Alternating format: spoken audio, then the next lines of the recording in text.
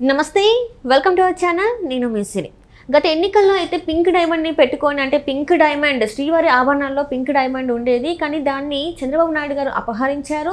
అది చంద్రబాబు నాయుడు గారి ఇంట్లో ఉంది అని చెప్పిన నాయకులు అయితే ఇప్పుడు మాత్రం ఒక కమిటీ మాత్రం పింక్ డైమండ్ అనేది అసలు లేనే లేదని తేల్చి చెప్పేసింది. సో ఈ అంశాన్ని మనకు వివరించడానికి మనతో పాటు ఉన్నారు ప్రముఖ రాజకీయ విశ్లేషకులు కేవీవి ప్రసాద్ గారు.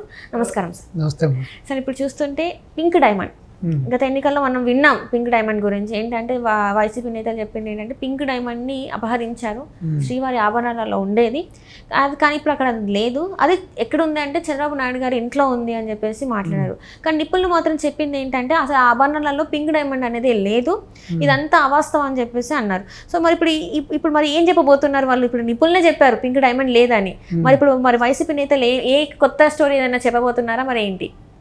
ఇప్పుడు మీరు చూసుంటారమ్మా, మన పురాణాల్లో తీసుకున్నా లేకపోతే ఇతిహాసాల్లో తీసుకున్నా కూడా మనకి యుద్ధం చేసేటప్పుడు వాళ్ళ యొక్క ప్రత్యర్థి మీద పోరాడేటప్పుడు వాళ్ళ అమ్ముల పొదుల్లో చాలా ఆయుధాలు ఉంటాయి.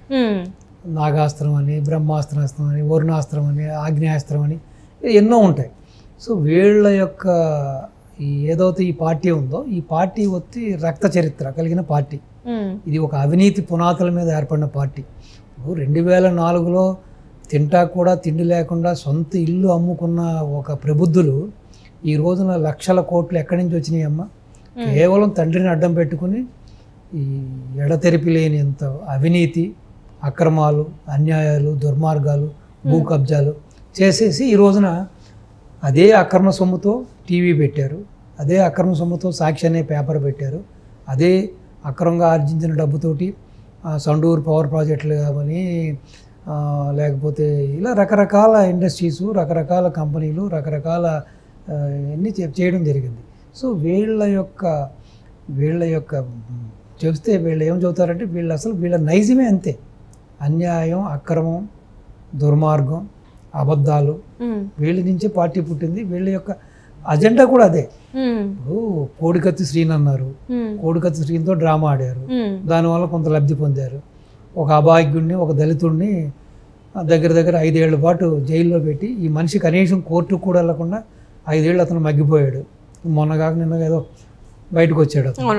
ఆ తర్వాత ఇంకా ఎఫెక్టివ్గా ఉండాలని చెప్పి సొంత చిన్నాయన్ని హత్య చేసి దాన్ని పార్టీ కోసం, అధికారంలో రావడం కోసం, సింపతి కోసం వాడుకున్నారు. ఈ రోజున చూశారు కదా, గులకరాయి అంటున్నారు, కంకర్రాయి అంటున్నారు. ఇతన్ని కొట్టి, అతన్ని కొట్టి, వేరే అతన్ని కొట్టి కనపడకుండా రాయి వెళ్ళిపోయిందంట. మరి అది కూడా ఏదైనా మహిమగల రాయా లేకపోతే ఏంటో తెలియదు. ఇప్పుడు సాధారణంగా మనం పురాణాలు చూసాం, సుదర్శన చక్రం సంధించగానే వెళ్ళి ఆ మనిషి యొక్క శిరస్సును ఖండించి మళ్ళీ వచ్చేసేసి ఆ ఫింగర్లో కూర్చుంటుంది, భగవంతుడి ఫింగర్లో. సో బహుశా మరి అటువంటిది ఏదైనా వాడారో ఏంటో తెలియదు. ఇప్పుడు అదేవిధంగా పింక్ డైమండ్ అని చెప్పి ఆరోపణలు చేశారు. చివరికి బాబు గారి ఇంట్లో ఉందన్నారు.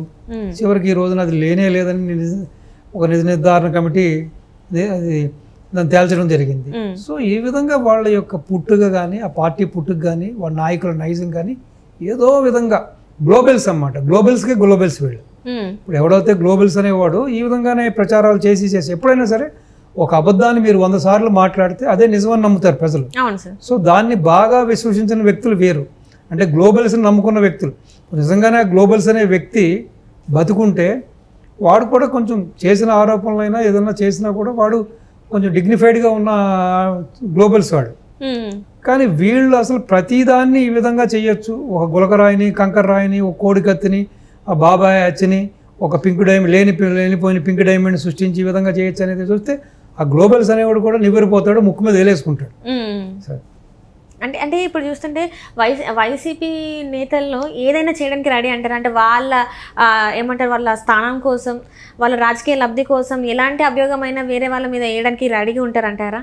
అసలు పునాదులు అవే కదమ్మా, నీచమైన పునాదుల నుంచి వచ్చిన పార్టీ కదా. ఎక్కడా కూడా ఒక నియమము, నీతి, ఒక సిస్టము, ఒక విధానము, ఒక మెథడాలజీ, ఒక ఏమీ లేని పార్టీ కదా అది. సో వాళ్ళకి అధికారమే ముఖ్యం. సో అధికారంలోకి రావడం కోసం ఏమైనా చేస్తారు, ఏమైనా మాట్లాడతారు. సో అధికారంలో వచ్చిన తర్వాత నేను చెప్పాను కదా, D3 ఫార్ములా, దంచుకో, దోచుకో, దాచుకో. అంతకుమించి వేరే ఏమీ వాళ్ళకి ఉండదమ్మా. సో అధికారంలోకి రావడానికి ఎన్ని కారు కోతులన్నా కూస్తారు, సొంత చెల్లాయిని కాదు సొంత అమ్మని కాను ఎన్నైనా రంకులు అంటగడతారు, సొంత బాబాయికి రంకులు అంటగడతారు, క్యారెక్టర్ అసెషన్ చేస్తారు. సో ఇది యాక్చువల్గా నా అనుభవంలో నేను చూసింది ఏంటంటే ఈ ఫ్యాక్షనిస్టులకు ఉండే ఒక ప్రధానమైన లక్షణం అమ్మ. ఫ్యాక్షనిస్ట్ ఏంటంటే ముందు బెదిరిస్తాడు, మిమ్మల్ని అదిరిస్తాడు, మీరు లొంగకపోతే మిమ్మల్ని మానసికంగా శారీరకంగా ఇబ్బంది పెడతారు, లేదంటే మీ యొక్క క్యారెక్టర్ అసెషన్ చేస్తారు, లేదు డబ్బుతో కొనడానికి చూస్తారు. ఈ విధంగా రకరకాల సామధాన దండోపాయాలన్నీ ఉపయోగిస్తారు వీళ్ళు. మన చెబుతారు కదా గజకర్ణ గోకర్ణ టక్కు టమార విద్యలన్నీ చేయడంలో వీళ్ళ సిద్ధహస్తులు. మీరు విద్యలైనా వేరేవైనా వీళ్ళ సిద్ధాంతమే ఒకటే అమ్మ, వీళ్ళ ప్రిన్సిపల్సే ఒకటే, వీళ్ళ మెథడాలజీ ఐడియాలజీ అంతా ఎప్పుడు ఒకే ఐడియాలజీ. అబద్ధాలు అబద్ధాలు అబద్ధాలు, మోసాలు మోసాలు మోసాలు. అంటే ఇక్కడ చూస్తుంటే సార్ చాలా వరకు ఇప్పుడు జగన్మోహన్ రెడ్డి గారు మనం గత ఎన్నికల్లో చూసుకుంటే బాబాయ్ హత్యని అంటే అంతకుముందేమో నాన్న చనిపోయినారు అని చెప్పేసి అలా చెప్పారు, అండ్ తర్వాతనేమో బాబాయ్ హత్య. ఇప్పుడు వచ్చేసి మరి ఈసారి ఎవరైనా అంటే చాలా మంది బయట చెప్పేది ఏంటంటే ఎన్నికలు దగ్గర పడుతుంటే వైఎస్ కుటుంబంలో ఎవరో ఒకరు అంటే వాళ్ళు హత్యకు గురవ్వడమో లేకపోతే వాళ్ళకి ఏదైనా జరగడమో ఖాయం అని చెప్పేసి అంటున్నారు. అంటే ఈసారి కూడా ఏదైనా జరిగే అవకాశం ఉందంటారా? మరి ఛాన్స్ ఉంటుందమ్మా, వాళ్ళ ప్రయత్నాల్లో వాళ్ళు ఉన్నారు. సో దానివల్ల పాపం విజయమ్మ లక్కీలీ ఎస్కేప్.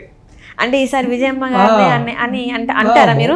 బహుశా సన్నిహిత వర్గాలు లేకపోతే కుమార్తె షర్మిల లేకపోతే సన్నిహిత బంధువులు చెప్పుంటారు, నువ్వు ఉంటే అయిపోతావు ఈసారి నువ్వే బలిపసు అని చెప్పుంటారు. ఆవిడ ఎస్కేప్, మనవాడి దగ్గరికి వెళ్ళిపోయి షెల్టర్ తీసుకుంది అమెరికాలో. ఆవిడ ఇప్పుడు సేఫ్ జోన్ లో ఉంది.